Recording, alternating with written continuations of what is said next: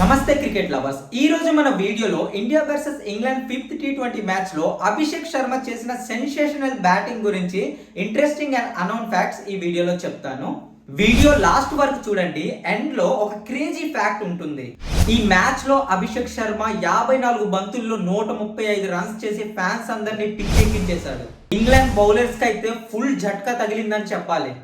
మరి ఈ ఇన్నింగ్స్ లో అభిషేక్ శర్మ ఏమేం రికార్డ్స్ బ్రేక్ చేశాడో చూద్దాం. ఫ్యాక్ట్ నంబర్ 1, ఈ ఇన్నింగ్స్ లో 37 బాల్స్ లో సెంచరీ కంప్లీట్ చేసి ఇండియాలో second fastest T20 century player అయిపోయాడు.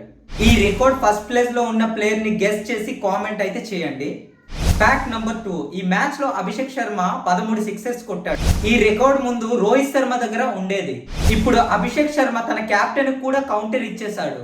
Fact number 3, Abhishek Sharma 10.1 over లో సెంచరీ చేశాడు. క్రికెట్ హిస్టరీలో ఒక రేర్ మూమెంట్ ఇది. యూజువల్లీ చాలా టైం స్లో బ్యాటింగ్ చేస్తారు, కానీ వీడు డైరెక్ట్ ఫైర్ మోడల్లో ఎంటర్ అయ్యాడు. ఫ్యాక్ట్ నంబర్ 4, ఈ మ్యాచ్ లో ఇంగ్లాండ్ బౌలర్స్ అందరికి one of the worst day అని చెప్పాలి. Archer, Mark Wood, Adil Rashid ఎవరిని వదలకుండా దంచు కొట్టుడు కొట్టాడు. అదే మీరు ఆ బౌలర్స్ లో ఒకరైతే ఎలా ఫీల్ అవుతారో కామెంట్ చేయండి. ఫ్యాక్ట్ నంబర్ 5, ఐపీఎల్ టీంలో ఎస్ఆర్ఎస్ తరఫున అభిషేక్ శర్మ కొత్తగా డెవలప్ అయ్యాడు. ఐపీఎల్ లో పవర్ హిట్టింగ్ గురించి చాలా నేర్చుకున్నాడు.